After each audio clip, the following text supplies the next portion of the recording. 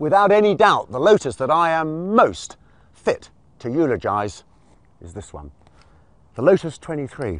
I first drove one of these, must be over 40 years ago, and I've been driving one literally ever since. It's the car that I use to practice before I go out and do any kind of serious racing. When it first showed up at the 1962 racing car show, everybody ran over the Lotus stand to have a look at it.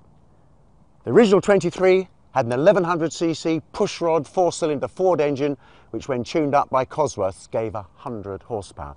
It was really a two-seater version of the Formula Junior Lotus 22. However, have a look at the chassis here.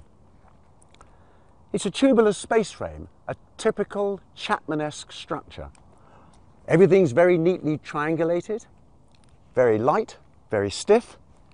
The engine goes in the back here, of course, driver here, and of course all the suspension attachments on the front.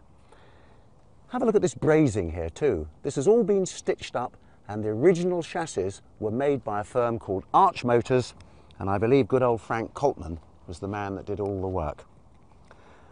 In July of 1962, Jimmy Clark had a Lotus 23B at the Nürburgring 1,000 kilometers. In the back was one of the very early 1500cc twin-cam engines. They had a Le Mans start. That's the last anyone saw of Jimmy. He disappeared like a rocket. The factory Astons and Ferraris and Porsches didn't know which way he went. And after about 10 laps, he had over a 2-minute lead on them. It was quite remarkable. Then he kind of fell off the road. Apparently one of the exhaust pipes had cracked and the poor old thing got gassed.